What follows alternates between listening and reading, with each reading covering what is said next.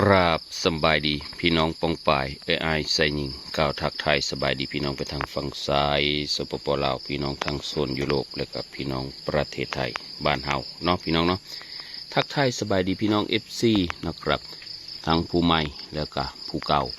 ขอบคุณขอบมกขอบเจอพี่น้องปองปายคู่คนนะครับเนาะที่แวะมาเป็นกำลังแรงมกกำลังแรงเจอดูยูเซอร์นะครับสำหรับคลิปของการทำสวนองุ่นนะฮะสำหรับองุ่นของเรามื้อนี้ก็เดินทางมาฮอด170 วัน170 มื้อเต็มเป๊ะพี่น้องเลยอัปเดตสถานการณ์องุ่นปั่นพี่น้องเบิงนะครับความสวยสดงดงามเป็นแนวเลอตอนนี้คือผมได้เว้าปั่นพี่น้องฟังในคลิปก่อนนั่นก็คือปล่อยทิ้งนะปล่อยให้เขาทิ้งดิ่งลงมาแล้วคือเท้าองุ่นล้นนะครับเนาะล้นค้างแล้วมีแม่นเต็มค้างนะครับล้นแล้วนะครับเขาก็เลยต้องปล่อยให้เขาทิ้งดิ่งลงมาส่วนว่ายอดนะครับสวยสดงดงามได้พี่น้องเลย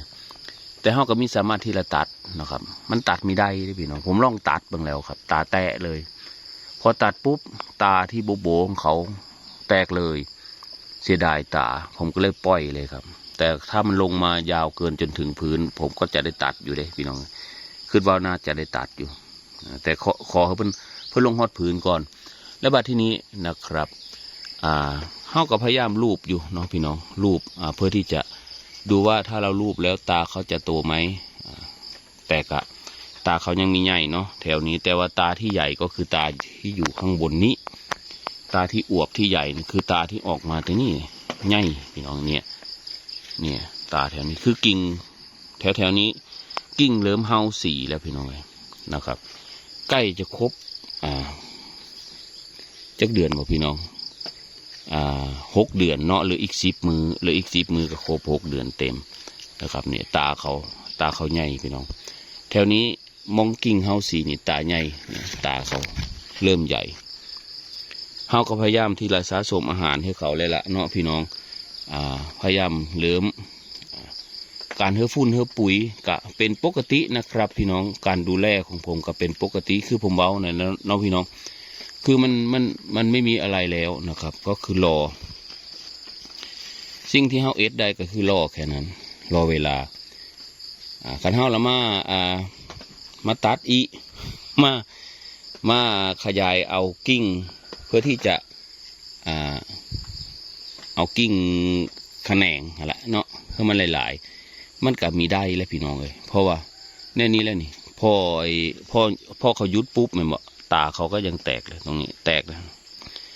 พอเฮาเราไปพุ่นกิ่งมันก็ละเสียทิมแล้วเนาะพี่น้องเฮาก็ต้องได้ตัดทิมใบเขาก็เริ่มแก่กิ่งเขาก็เริ่มเฮาสี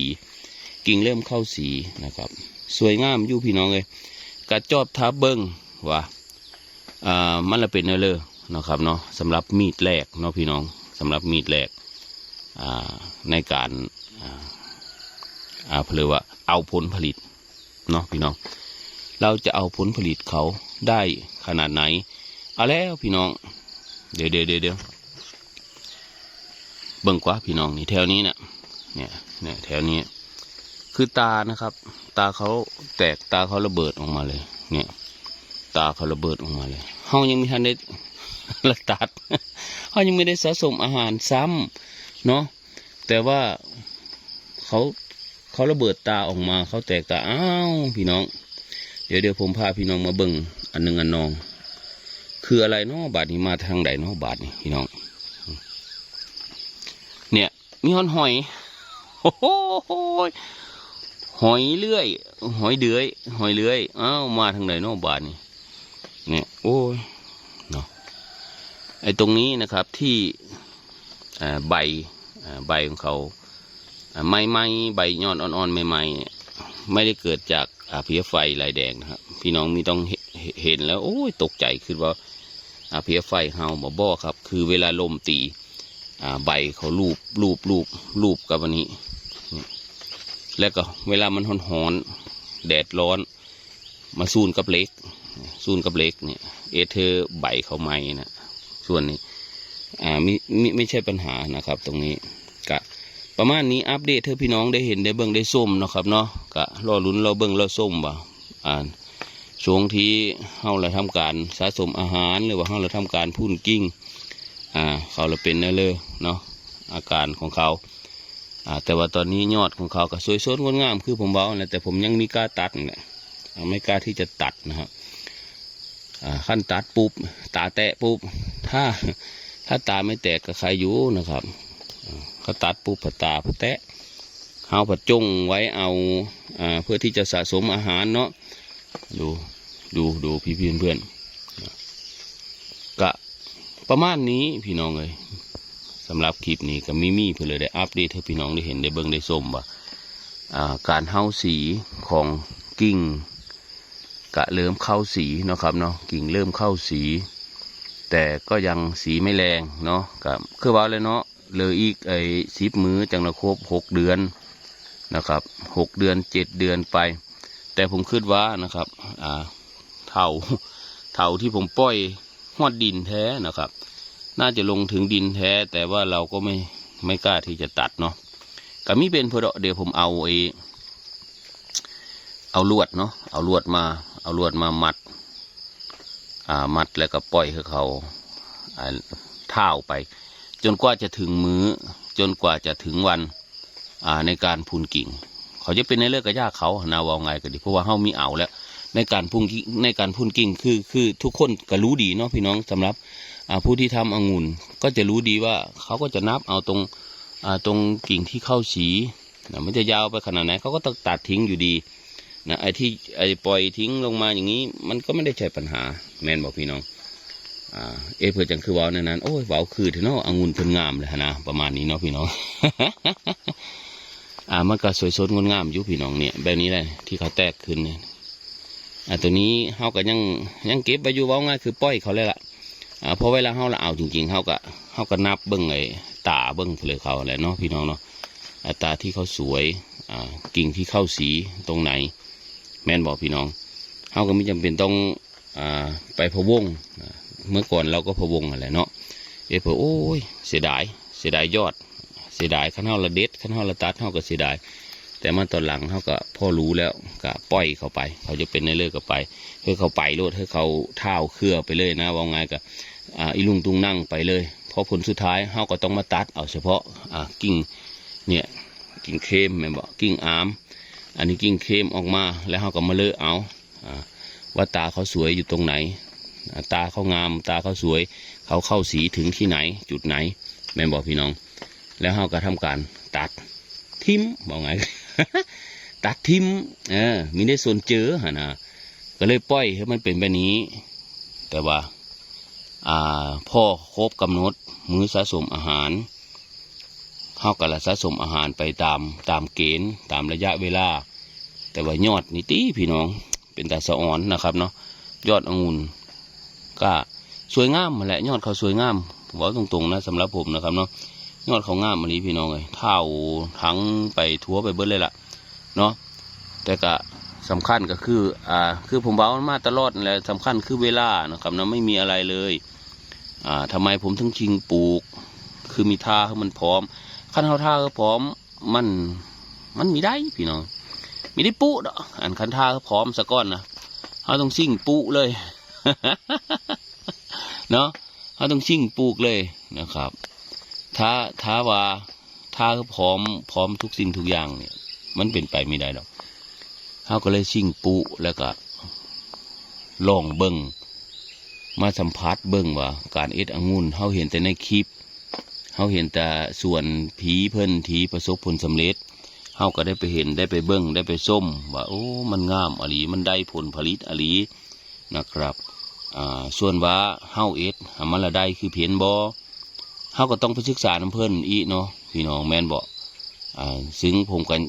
หลังจากพอครบ7 เดือนเนาะพอครบ7 เดือนก็ต้องสะสมอาหารแบบเต็มที่แม่นบอกเฮาก็ต้องคุยกับส่วนพี่เลี้ยงว่าแล้วต้องใส่เพื่อแน่สูตรปุ๋ยสูตรตัวเลอ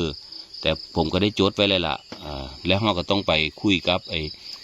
ส่วนที่ใกล้ที่สุดที่ประสบผลสำเร็จก็คือส่วนของไร่องุ่นทาปกรเนาะที่ผมไป ไปเบิ้งและก็ไปถ่ายคลิปอยู่สวนเพนห่างจากบ้านผมประมาณ10 กว่ากิโลนะครับถึงเพิ่นประสบผลสำเร็จในเขตบริเวณนี้และก็ได้ขายผลผลิตจริงทำได้จริงผมก็ได้ขอคำปรึกษาจากเพิ่นไว้แล้วนะครับเนาะส่วนว่าเฮาหรือใดคือเพิ่นบอเฮาก็ต้องลุ้นต้องเบิ่งกันไปเนาะพี่น้องแต่ว่าที่สำคัญตอนนี้คือ ยอดองุ่นเฮางามพี่น้องผมก็ยังว่าโอ้มันแม่นบ่มันคืองามแห้งแท้หนะนี่แถวนี้แห้งเต็กนะครับเต็มค้างเลยแถวนั้นยังว่าโอเคบางบางพ่อยังพ่อใบเขาเนาะครับใบเขาก็เริ่มแก่แล้วก็กิ่งมันก็เริ่มมองน้ำมันห่างเนาะแต่ว่าในการพุ่นนะครับในการพุ่นเขาก็ต้องนำเอาไอ้กิ่งที่นั่นแหละเอากิ่งที่สมบูรณ์ที่สุดกิ่งเล็กๆน้อยๆเขาก็ต้องตัดทิมแม่นบอกพี่น้องอันออกมาย่องมาแย่งเขาก็ตัดทิมอยู่แล้วแต่ว่าเบื่อเขาคือมีตัดเลยตอนนี้กิ่งน้อยๆเขาตัดมีใดเนาะพี่น้องเราตัดไม่ได้เพราะว่าขั้นตัดปุ๊บแตะตับเลยนะฮะตาแตกเนี่ยแบบนี้เห็นบอกพี่น้องกิ่งน้อยๆกิ่งน้อยๆที่ย้อยลงมานี่ตาเขาไม่ได้มีในตาเขาเล็กนิดเดียวเราก็ต้องย้อนขึ้นมาหน่อยย้อนขึ้นมาเอาตานี่โทษย้อนขึ้นมาเอาตานี่เขาก็ต้องมาตัดอยู่แถวๆนี้แล้วก็นับถอยหลังไป6 7 ตาเป็นบอกไอ้ที่เหลือยาวๆที่มันย้อยลงมาที่ผมปล่อยทิ้งลงมาแบบนี้ผมก็ตัดทิ้งอยู่ดีนั่นคือสาเหตุนะครับนี่คือสาเหตุเด้อพี่น้องเด้อ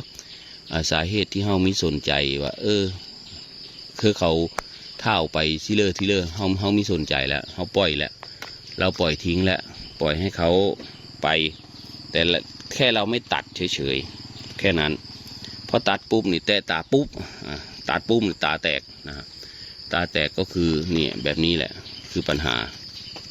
ตาเขาแตะพอตาเขาแตะปุ๊บเวลาเรามาพุ่นกิ่งนะ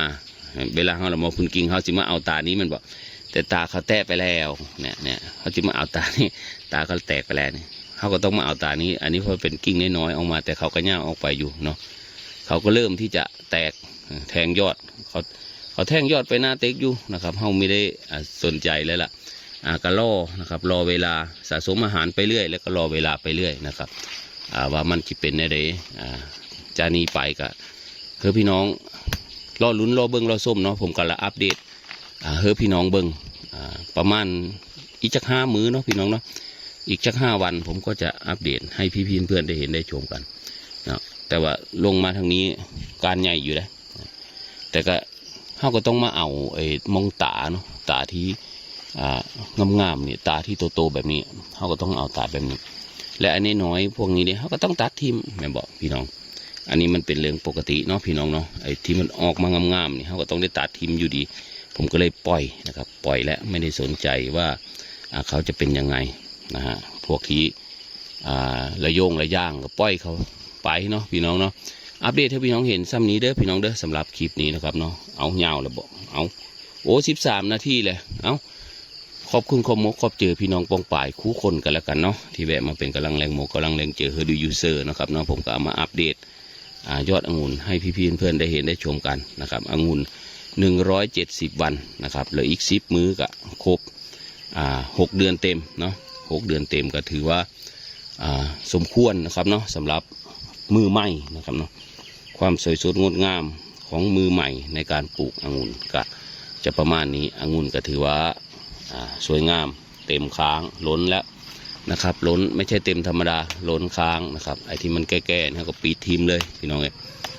เพื่อที่จะเหือแสงเฮาเนี่ยปิดทิ้งนะฮะโอเคเนาะพี่น้องสำหรับคลิปนี้ขอบคุณมากมายพอกันใหม่คลิปหน้าครับผมบ๊ายบายขอบคุณครับโอ้ยเบิ่งเอาพี่น้องงามเลยสวยสดงดงามเป็นอย่างมาก